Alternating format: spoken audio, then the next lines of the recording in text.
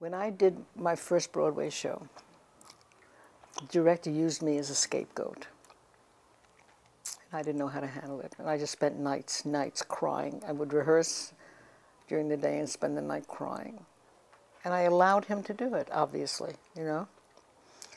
And the other members of the cast would say, Anna, we're so sorry, you know. You're so good anyway, you know. And it was so ironical because when the curtain came down after our opening night and I got 2 applause exits, that same director came to my dressing room and said, will you join us, join my wife and me at Sardi's? Big lesson. Don't ever allow yourself to be a scapegoat. Don't allow it. Because when I was doing a show with Howard Da Silva, I'm always very slow. I'm the first one there, the last one to leave. So they were waiting for notes, and I made my appearance, not purposely, but because I don't know, everyone's so fast. I came on and Howard said, oh, Stella Adler decided to come. I said, I thought I would do you all the favor. Another time I was able to handle it on a TV set, the suits, you know what, the suits, the producers come for the final and they have everything to say. I had to go to the bathroom during a break. Into the bathroom. And obviously, again, I'm very slow. I come back and they said, Anna, hurry up. They don't want you. I said, oh, doesn't everybody? You know, I could never have done that if I had not suffered so much with the other. And there are some directors who are shitty, you know, and there's some directors who are magnificent. There's no way of accounting for it. No way of accounting for it. The directors have to know that if they're warm and they're in the actor's corner, they're going to get a better performance. And if they make the actor uptight and everything, it's not a happy occasion. The actor is happy to get out of there and they're happy to be home. In all of my experience, which spans so many years, I can think of only 2 people that I didn't like. One of them was this director who made my life miserable. And 25 years later, I met him at the Schwab drugstore, you know, where all the actors hung out, where they found Lana Turner. Yeah. I'm in Schwab's, because I lived with Mary by that time right around the corner.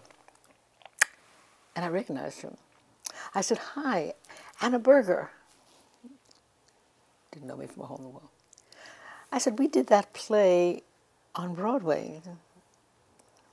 He didn't remember the play. He didn't remember me. He didn't remember I was a scapegoat.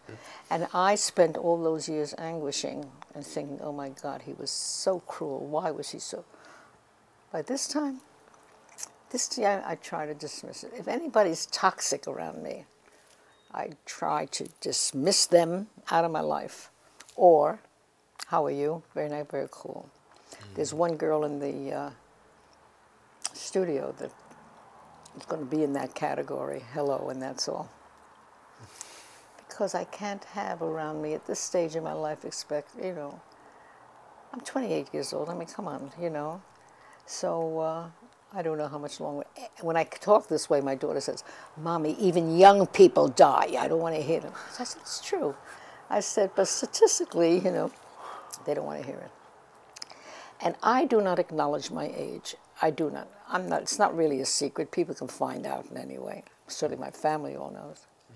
I don't acknowledge calendar, and I'll tell you why. Once I acknowledge a certain age, I'm going to act on it. I mean, I'm going to say, well, no, I don't want to. And people say, well, how long have you been married? I never answer. I say 1 year. Come on, 1 year. I said 1 year because, and I told the story, that the first year is always good. The second year, people fight. So every year is the first year. Every year, up until now, we're celebrating our first year. And we always try to be boyfriend and girlfriend, not just boring husband and wife. That's my Michigas. What are you going to do?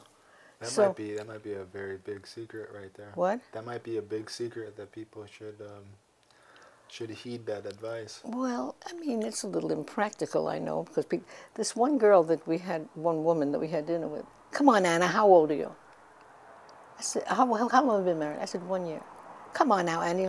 I said only 1 year, you know, and I stuck to it. And she was getting mad that I wouldn't tell her. I told you how old I was. So what?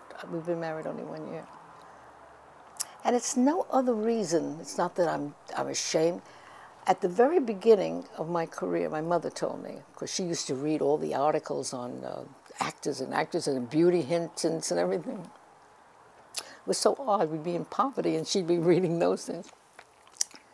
She said, don't tell anybody your age. She said, because, number one, if you're going to be an actress and they're casting a part, and if you know, they may think you're too young, they may think you're too old. No. Whatever the age, whatever the part calls for is how old you are. So that was my initial introduction to don't tell anybody your age. Then later on, I figured, it's really personal. Nobody has to know how old I am. If they want to think that I'm 28, fine. If they want to think I'm 35, fine. If they want to think I'm 103, fine. When I was teaching at the center where I met Bob initially, one of the little boys, I used to teach all age groups, acting. I was the acting thing.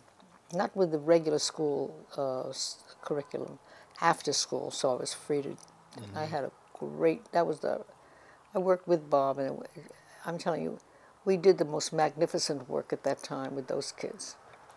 So little Francois, who comes from France, Mrs. Mulansky, how old are you?